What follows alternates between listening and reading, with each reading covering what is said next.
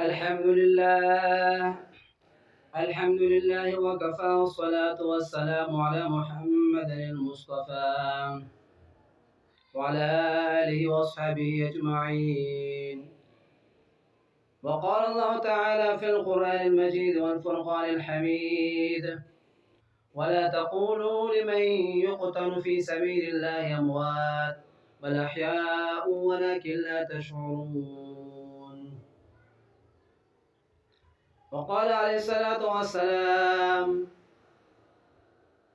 يغفر للشهيد كل ذنب إلا الدين. صدق الله العظيم. محترم سامعین اور بزرگ حضرات، السلام علیکم ورحمۃ اللہ وبرکاتہ۔ آج میں آپ حضرات کے سامنے جس عنوان پر لبی کشائی کرنا چاہتا ہوں وہ ہے سامعین محترم، شہید کی فضیلت۔ میں نے آپ حضرات کے سامنے قرآن کریم کی آیت کریمہ کو تلاوت فرمائی، جس میں اللہ تبارک و تعالیٰ کا ارشاد ہے: وَلَا تَقُولُوا لِمَن يُقْتَلُ فِي سَبِيلِ اللَّهِ أَمْوَاتٌ، کہ اے مومنوں، اے مسلمانوں، اے نبی کی امت والوں، وَلَا تَقُولُوا لِمَن يُقْتَلُ فِي سَبِيلِ اللَّهِ أَمْوَاتٌ، مت کہو ان لوگوں کو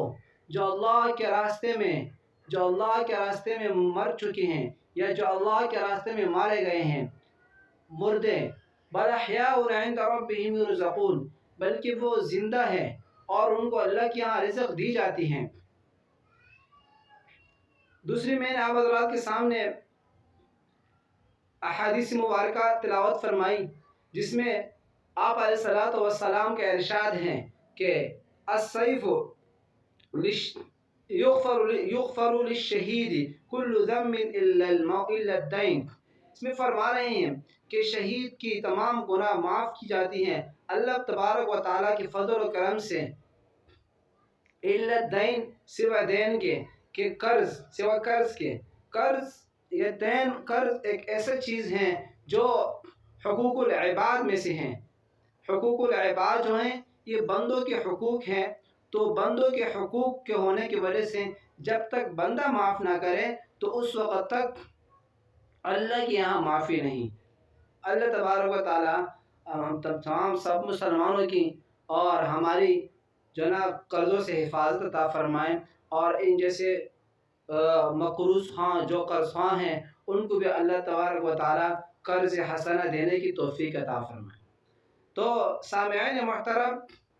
یہاں پہ اس آیات مبارکہ میں جو قرآن کریم کی میں نے تلاوت فرمائی، شہید کی فضیلت کو بیان کیا اللہ تبارک و تعالیٰ نے، کہ شہید کا جتنا بلند درجہ ملا ہے اور شہید کو شہید کہنے کی وجہ یہ کیا ہو سکتی ہے، تو دو وجہ سے شہید کو شہید کہنے کے لیے فرمایا گیا۔ یہ نہیں کہا کہ شہید کو مردہ کہا جائے، حالانکہ جب جس انسان سے روح نکل جاتی ہے تو وہ گویا کہ مردے کی شکل میں ہوتا ہے، اور ان کو مردہ ہی کہتے ہیں یا ان کو جنازہ کہتے ہیں، کہ مطلب ہے کہ فلاں شخص کا جنازہ آ رہا ہے، کیونکہ روح نکلنے کے وقت اور روح نکلنے کے بعد ان کو جنازے کے نام سے پکارا جاتا ہے یا میت کے نام سے پکارا جاتا ہے، کیونکہ یہ اللہ رب العزت نے جو ہمیں ایک امانت عطا فرمائی ہے وہ روح کی قسم ہے، اور وہ ایک بہت بڑی نعمت ہے اللہ کی۔ جب انسان کے اندر روح ہوتی ہے تو اللہ رب العزت، اور مطلب اتنے اللہ رب العزت نے اس کو نعمتوں سے نوازا ہوتا ہے کہ اس کا اکرام اعزاز کیا جاتا ہے، ان کو ان کے نام کے ساتھ موسوم کیا جاتا ہے۔ تو دو وجہ سے شہید کا لقب اس وجہ سے ملا۔ ایک تو یہ ہے کہ اگر شہید کو مردہ کہا جائے تو مردہ کہنے کی ہیبت اور وحشت اتنی سخت ہے، اتنی سخت ترین ہے، کہ جس کی وجہ سے دوسرا انسان شہادت کی تمنا ہی نہیں کرے گا۔ اور دوسری وجہ اس کی یہ ہے کہ جب انسان میدان جنگ میں مارا جاتا ہے یا لڑ کر کے شہید ہو جاتا ہے تو ان کی ظاہری جو زندگی ہوتی ہیں وہ ختم ہو جاتی ہیں اور دائمی اور ہمیشہ والی زندگی شروع ہو جاتی ہیں۔ تو اس وجہ سے شہید کو شہید کے لقب سے پکارا گیا ہے۔ اور یہ تو آپ حضرات کو بھی معلوم ہوگا کہ شہید اور عام انسان کی موت میں بہت بڑا فرق ہوتا ہے۔ دیکھو سامعین محترم، عام انسان جب مرتا ہے تو عام انسان کو غسل دیا جاتا ہے، اور اس کے ساتھ ساتھ عام انسان کے کپڑے اتارے جاتے ہیں۔ کپڑے اتارنے کے بعد ان کو غسل دیا جاتا ہے، لیکن شہید کی اللہ رب العزت نے اتنا اعزاز و اکرام کیا ہوتا ہے، اتنا مکرم ہوتا ہے اللہ کے ہاں، کہ ان کو ان کے کپڑوں میں اور ان کو ان کے خون سے لدے ہوئے خون میں، اور جو خون جو نا خون سے بالکل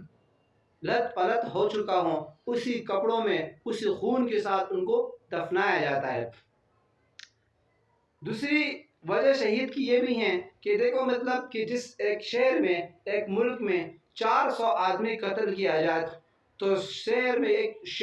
شور اور ایک فساد اور ایک ولولہ مچ جاتا ہے، اور مطلب یہ ہے کہ پوری شہر والے اور تمام ملک میں جو نا گویا کہ ایک قسم کا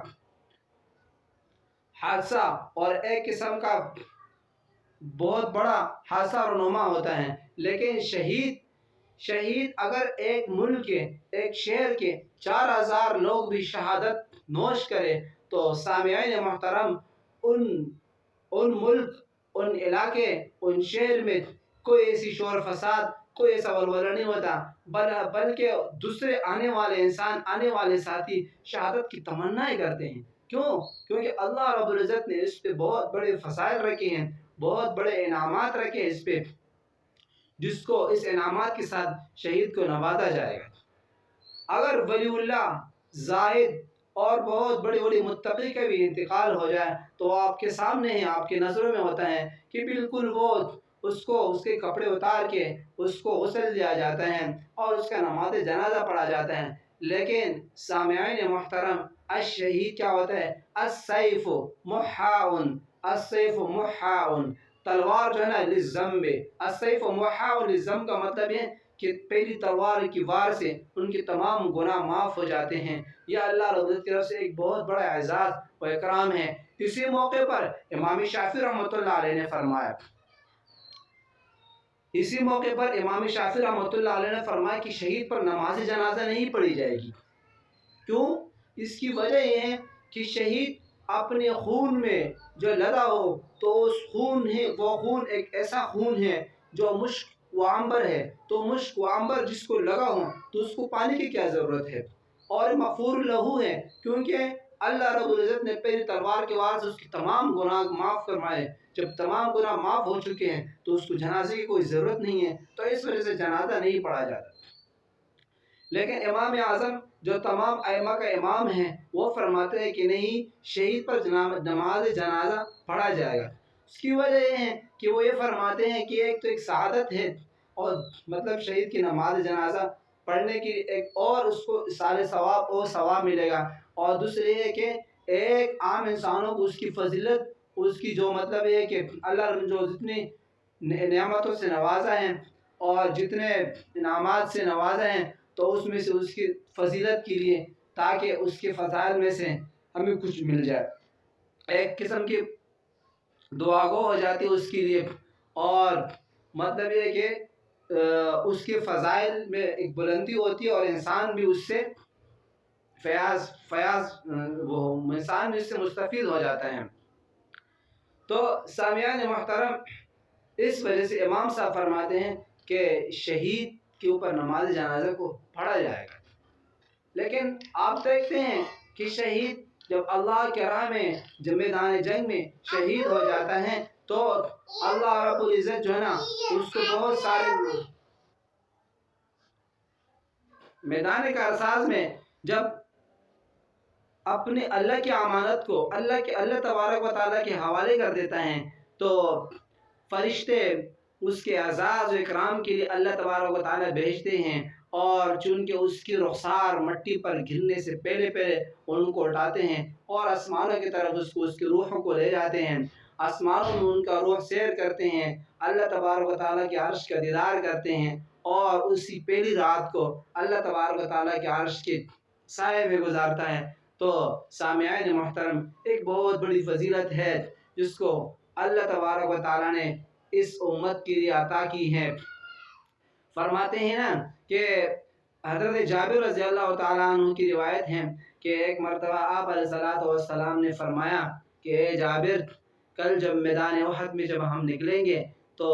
سب سے پہلا جو شہید ہوگا وہ آپ کا والد محترم ہوگا۔ تو چونکہ جب دیکھا جاتا ہے سب سے پہلا شہید وہ جابر رضی اللہ تعالیٰ عنہ کا والد ہوتا ہے۔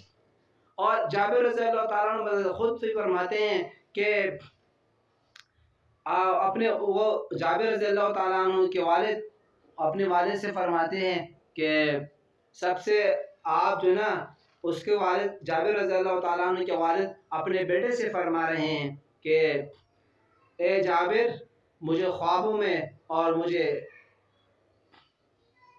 پتہ چل رہا ہے، معلومات ہو رہی ہے کہ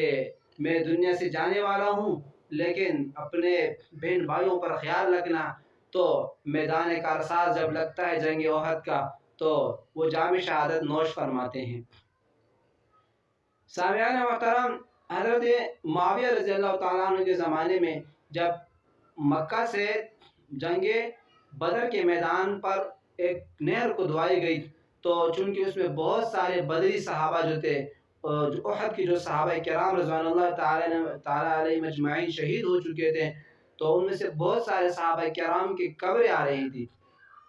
تو چونکہ معاویہ رضی اللہ تعالیٰ عنہ نے اعلان کیا کہ کل انشاءاللہ ہم نہر کو دھوائیں گے، تو جن جن حضرات کے رشتہ دار اور جن جن حضرات کے مطلب رشتہ دار ہے تو وہ آ کے جن کی قبر کھودی جائے یا جن کے راستے میں قبر آ جائے تو ان کو وہاں سے اٹھا کر کے دوسرے علاقے میں یا دوسری جگہ میں اس کو مدفن فرمائے، دفن فرمائے۔ تو چونکہ اس وقت کیا ہوتا ہے کہ حضرت جابر رضی اللہ تعالیٰ عنہ فرماتے ہیں کہ میں بھی روانہ ہوا، دیکھتا ہوں کہ جب میں نے اپنے والد محترم کی قبر کشائی کی تو دیکھا 46 سال بعد، سامعین محترم یہ واقعہ جو میں سنا رہا ہوں 46 سال کے بعد کا واقعہ ہے، لیکن میرے والد محترم میں ایک ذرہ برابر کا فرق نہیں آیا تھا۔ فرق جو آیا تھا وہ صرف کان میں ذرا سے خراش طرح سے فرق آیا تھا اور کوئی فرق نہیں آیا تھا۔ تو یہ ہوتا ہے شہید کی فضیلت، 46 سال کے بعد ان کو نکالا جاتا ہے لیکن ان میں کوئی فرق نہیں ہوتا۔ اور ایک صحابی فرماتے ہیں کہ اسی دوران میری کدال حضرت حمزہ رضی اللہ تعالیٰ عنہ کے پاؤں پر لگی تو خون کی فوارے اٹھنے لگے۔ عمر بن جموح رضی اللہ تعالیٰ عنہ کو نکالا گیا، وہ بھی اسی صورتحال میں تھا جس صورتحال میں جس وقت اس نے شہادت نوش کی تھی۔ تو سامعین محترم یہ ہوتے ہیں صحابہ کرام کی جو فضائل اور یہ ہوتے ہیں شہادت کی فضیلت۔ اسی طریقے سے فرماتے ہیں کہ شہید کو تو ان کی روح نکلنے کے وقت ہی اللہ رب العزت کچھ انعامات عطا فرماتے ہیں کہ ان کے قطرہ ایک ان کا جو خون کا قطرہ زمین پر گرتا ہے تو اللہ رب العزت ان کو مغفور لہو معاف فرما دیتے ہیں، اور ان کو حورین اللہ رب العزت عطا فرماتے ہیں کہ حور، اور اس کے علاوہ ان کو یہ اس انعام سے نوازا جاتا ہے کہ 70 حضرات کی سفارش کرتا ہے وہ شہید، اور اس کے علاوہ ان کو طرح طرح کے انعامات ملتے ہیں، تو اللہ رب العزت ان سے راضی ہو جاتے ہیں۔ تو دیکھو یہ ایک سچی حقیقت ہے اگرچہ، لیکن آپ علیہ الصلوۃ والسلام نے ایک موقع پر فرمایا کہ شہید جو ہے نا، شہید اتنی تکلیف محسوس کرتا ہے موت کے وقت جتنی تکلیف ایک سوئی کے ناکے سے انسان کو پہنچتی ہیں، اتنی تکلیف شہید اپنے شہادت کے وقت محسوس کرتا ہے۔ تو اور اس کے علاوہ آپ علیہ الصلوۃ والسلام نے بھی شہادت کی تمنائیں کی ہیں، اور جگہ جگہ پہ آپ علیہ الصلوۃ والسلام نے فرمایا کہ لوددت ان اقتل فی سبیل اللہ ثم احیا ثم اقتل ثم احیا ثم اقتل ثم احیا ثم اقتل۔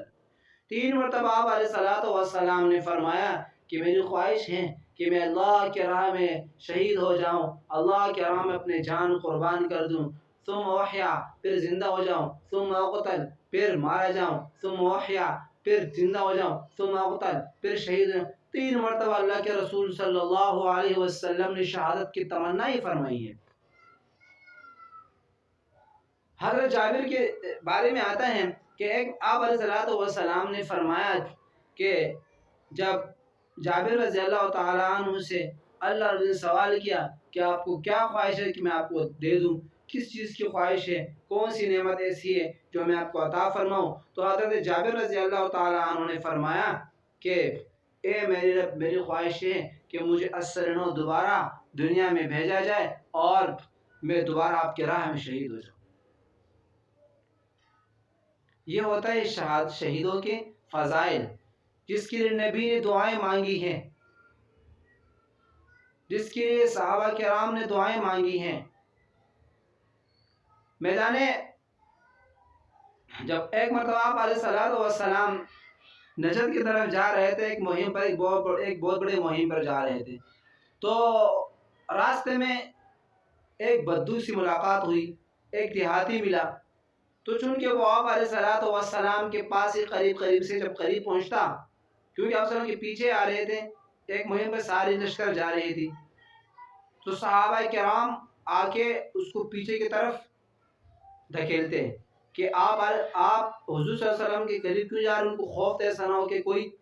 واقعہ پیش آ جائے، لیکن آپ علیہ السلام نے اشارہ فرمایا کہ پیچھے ہٹو، یہ تو جنت کا بادشاہ ہے، یہ میرے ساتھ جنت کا بادشاہ آ رہا ہے، کیونکہ اب میرے نظروں میں ہے کہ جنت کا بادشاہ ہے۔ تو چونکہ تھوڑی سی وقت کے بعد جب میدان کا رساز لگتا ہے اور جنگ شروع ہو جاتی ہے، تو اس موقع پر یہ دیہاتی آپ علیہ السلام سے فرماتے ہیں کہ یا رسول اللہ صلی اللہ علیہ وسلم، میں پہلے مجاہد بن جاؤں، اللہ کے راستے میں لڑوں یا مسلمان ہو جاؤں؟ تو اس موقع پر حضور صلی اللہ علیہ وسلم فرماتے ہیں کہ آپ پہلے مسلمان ہو جاؤ، اس کو کلمہ پڑھاتے ہیں، کلمہ پڑھانے کے بعد چونکہ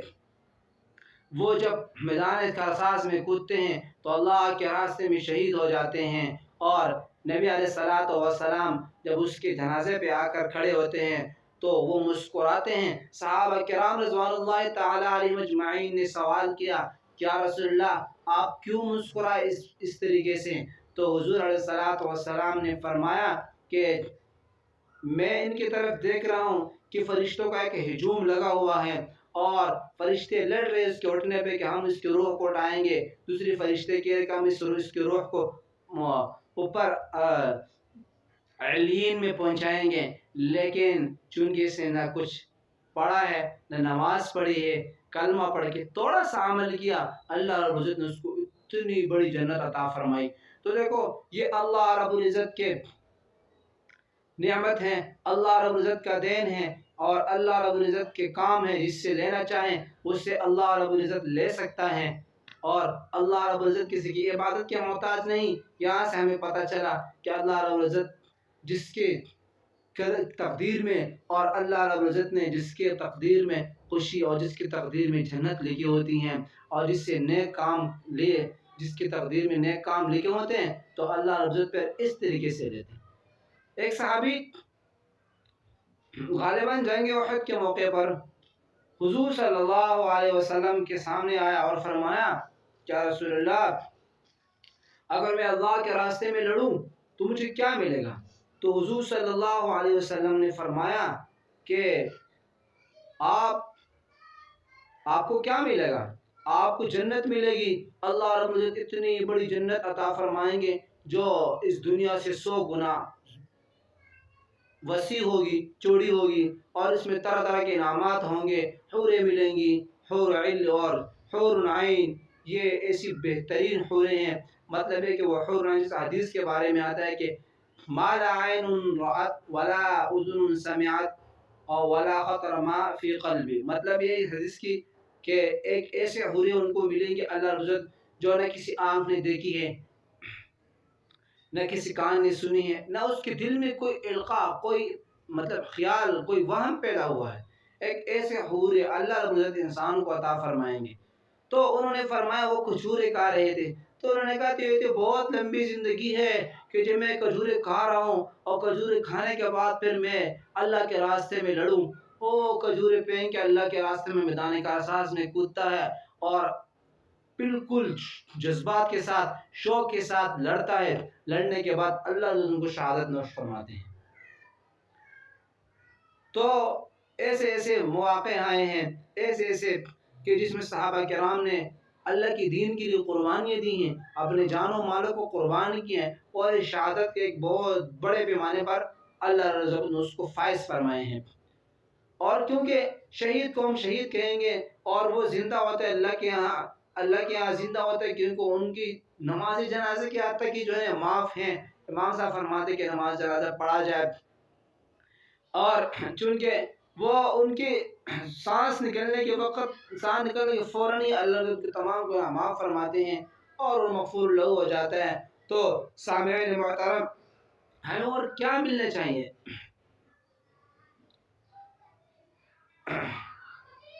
مسئلہ یہ ہے کہ ہمیں وہ کلمات اور وہ احکامات جو اللہ کی طرف سے نبی علیہ الصلوۃ والسلام کے ذریعے ہم تک پہنچے ہیں، اس پر تو سب سے پہلے فرصت میں عمل کرنا چاہیے۔ عمل کرنے کے بعد اللہ نے جس نے اوامر کا حکم دیا ہے اس کو ماننا چاہیے، جن سے منع فرمائے ان سے روگردانی کرنی چاہیے،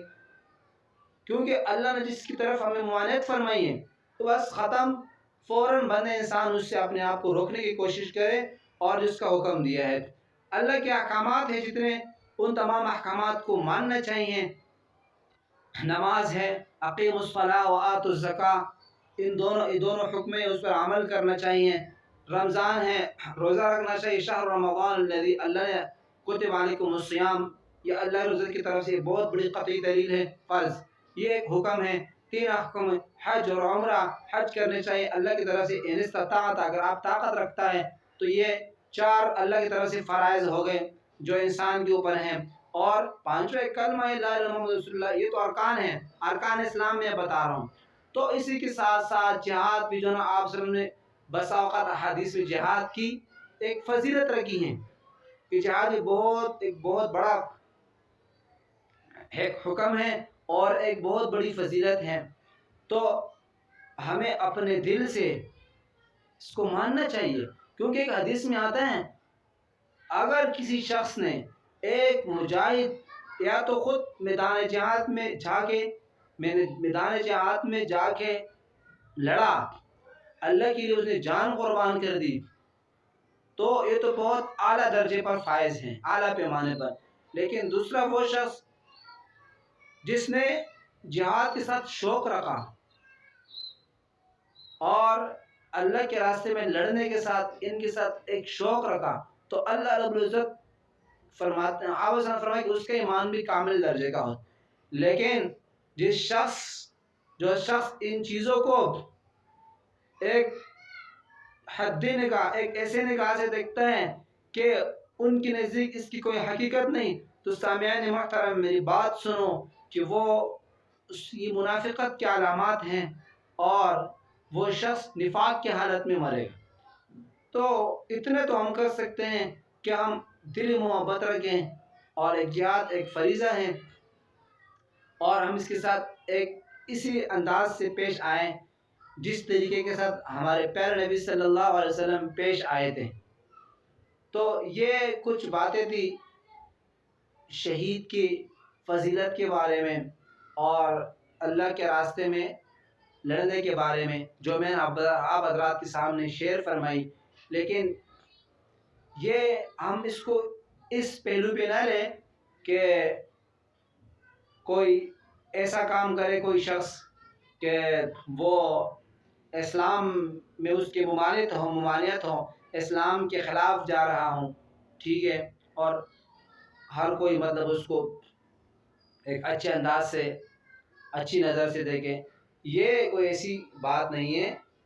ایک اللہ کے راستے میں جو لڑائی ہوتی ہیں اس کو جہاد کہتے ہیں، کیونکہ عام لڑائی کو نام الحرب، حرب کے نام سے یاد کیا ہے، لیکن اللہ رب العزت نے اس کو اللہ کے راستے میں لڑائی کو جہاد کے نام سے موسوم کیا، اتنا بڑا ممتاز نام دیا۔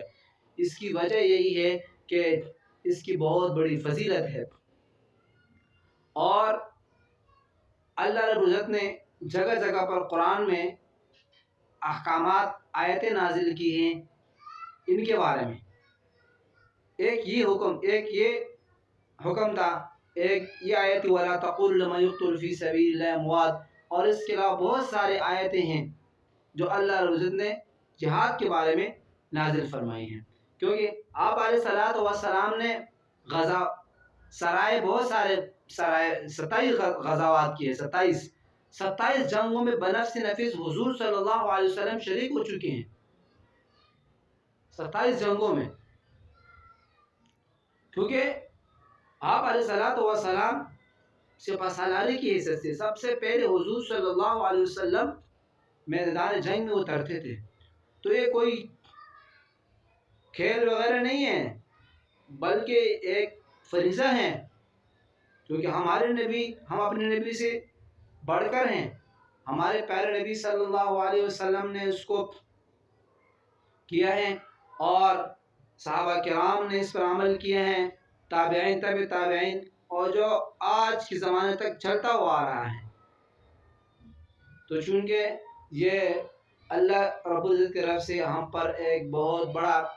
انعام